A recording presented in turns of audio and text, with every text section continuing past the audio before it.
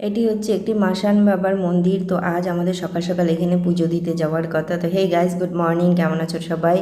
সকাল 5:30টায় ঘুম থেকে উঠেছি, কারণ আমরা 6:30 7টার মধ্যে ঘর থেকে বেরিয়ে যাব। আমাদের এখান থেকে প্রায় বাইকে যেতে 30 মিনিটের মতো সময় লাগবে। কত কিলোমিটার এক্স্যাক্টলি আমি বলতে পারছি না, আমি সবসময় তো ওই রাস্তায় যাই না, তার জন্য। আর সকালে উঠে ঘরগুলো মুছতে পারবো না, শুধু ঠাকুরের ঘরটা মুছে স্নান টান করে পুজো টুজো দিয়ে ঘরের ঠাকুরকে আমি একদম রেডি হয়ে চলো দেখো মন্দিরেও পৌঁছে গেছি। রাস্তায় যেতে যেতে আর ভিডিও করতে পারিনি।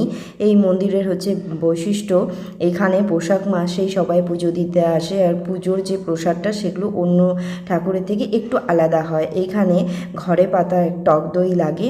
আর যারা জানো না, মানে অনেকেই জানো না, আমি জানতাম না, আমরা যখন আসামে থাকতাম তখন এই ঠাকুরের পুজো হয়নি। এই ঠাকুরটার নাম হচ্ছে মাসান বাবা।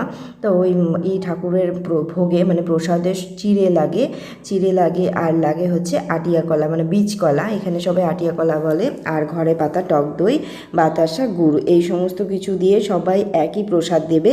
আর তারপরে তুমি চাইলে ফলমূল দিতে পারো, মিষ্টি দিতে পারো, কিন্তু মেন প্রসাদটা হচ্ছে এইটা।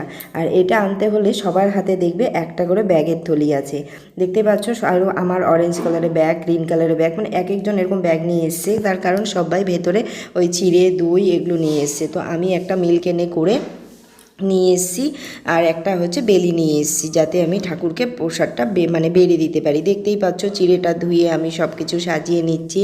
বড়মশাইকে বলেছিলাম একটু ভিডিও ক্যামেরা দিতে, মানে করে দিতে। অসম্ভব লেভেলের ভিড় ছিল, আমাদের পৌঁছতে 7:30 হয়ে গেছিলো। 7:30টার সময় সকালবেলা এত পরিমাণে ভিড়, মানে ঠেলে ঢুকতে হচ্ছে, বুঝতে পারছো। মানে আমাদের আগে প্রচুর পুজো হয়ে গেছে। বরের কাছে মানে শুনতে পারলাম যে সকাল 5টা থেকে নাকি পুজো চালু হয়। তো দেখো আমি ভেতরে যাচ্ছি, ভেতরে আর ক্যামেরা করতে পারিনি ও, কারণ এত ভিড় ছিল। ও আমার মানে যেখানে দাঁড়িয়ে ছিল সেখানে জিনিসপত্রগুলো ছিল, জুতো ছিল, তো বলছে আমি আর যাচ্ছি না, আমি হেলমেট ছিল, এত ভিড়ের মধ্যে আমার যাওয়ার পসিবল না, তুমি চলে যাও। তো আমি দেখো পুজো হয়ে গেছে, পুজো দিয়ে আমি এখন প্রসাদগুলোকে গুটিয়ে নিচ্ছি, ফুলগুলো আলাদা রাখছি, গোটা ফল দিয়েছি, ফলটাকে আর কেটে দেইনি। আর হচ্ছে বাতাসা, গুড়, দই, যে চিড়েগুলো ছিল সবগুলো একটা মিল্কেনের মধ্যে করে বাড়ি নিয়ে এসে সবাইকে মেখে মেখে প্রসাদ দিয়েছি।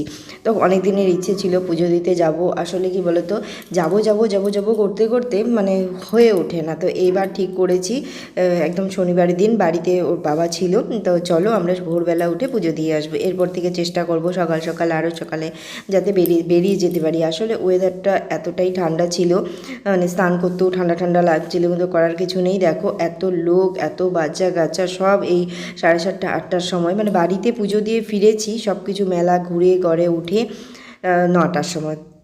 তো চলো এখন বেরিয়ে পড়ছি, তোমাদেরকে একটু হালকা দর্শন করিয়ে দিলাম। এই হচ্ছে ঠাকুরটি। তো আর থাকতে পারছি না, মানে প্রচণ্ড মন্দিরটা না পাথর, তার মধ্যে সব জল, সবাই মানে যাতায়াত করছে, কীরকম হতে পারে, বেশিক্ষণ থাকা যাচ্ছে না। বেরিয়ে পড়েছি। ছোট্ট একটা মেলা বসেছে, ছোট্ট না মোটামুটি বড়ই, গ্রামের সাইডের মেলা। তো দেখো মেয়ের জন্য কি খেলনা নিব একটু দেখছি দুজনে মিলে। মেয়েকে নিয়ে আসিনি, এত সকালবেলা ওকে স্নান করিয়ে বাইকে নিয়ে আসতে মানে হাওয়া লেগে যেতে পারে, ঠান্ডা লেগে যেতে পারে। তাছাড়াও কি বলো তো, যে ধুলোবালি রাস্তার কাজ হচ্ছে। তো এটা হচ্ছে একটি গড়, এখানে কোচ রাজবংশী যারা, মানে কোচ রাজবংশীদের যে রাজা নৃপেন্দ্র নারায়ণ, তিনি এই গড়টি দিয়েই কামাখ্যা আসাম পথে যেতেন। মানে এটা হচ্ছে ঘোড়ার রাস্তা, মানে ঘোড়া দিয়ে যে রাজারা যেত সেই রাজার তৈরি গড়, মানে রাস্তা। তো মাসানপাটে এলে সবাই এই গড়ে একবার উঠে দেখো, রাস্তাটা হচ্ছে এরকম ছিল। তো অনেক জায়গায় রিপেয়ারিং হয়েছে, তো আগে তো পুরো মাটির ছিল। তো অনেক ছোটোবেলায় এসেছিলাম, অনেক তাই 10-12 বছর আগে আমি এসেছি। 10-12 বছর পরে পুজো দিতে গেলাম। ছোটোবেলা মা যেত, তাই আমি এই প্রথম পুজো দিতে গেছি। ঠিকঠাকভাবে বুঝতে পারছিলাম না কীভাবে দেবো। তো নিচটা কিন্তু মানে উপর থেকে দাঁড়িয়ে, নিচেরটা অনেকটাই ডাউন, অনেকগুলো সিঁড়ি বেয়ে আসতে হয়েছে। উপরে কোল্ড ড্রিঙ্কসের দোকান, তারপরে শশা, সবাই প্রসাদ টসাদ খাওয়ারও জায়গা আছে। মানে পুজো দিয়ে এসে এখানে বসে একটা বেশ ভালো স্পট, এখানে অনেকে সময় মানে কাটাচ্ছে একটু সময়। তো নিচে দেখো ওই মেলা বাড়িটা, মন্দিরটা এতটাই ডাউন। তো চলো নেমে যাচ্ছি। তো আসলে এগুলো রাজার তৈরি জিনিস, একটু বেশ দেখতেও ভালো লাগে। নেমে যাচ্ছি, বাড়ি যেতে হবে, যেতেও আধা ঘন্টা টাইম লাগবে, 8:30 বাজছে এখন ঘড়িতে। চলো বাড়ি যাওয়া যাক। তো দেখো নিচ থেকে মানে উপর থেকে নিচের দৃশ্যটা কত ভালো লাগছে। তো চলো টাটা, দেখা হবে নতুন একটি ব্লগে।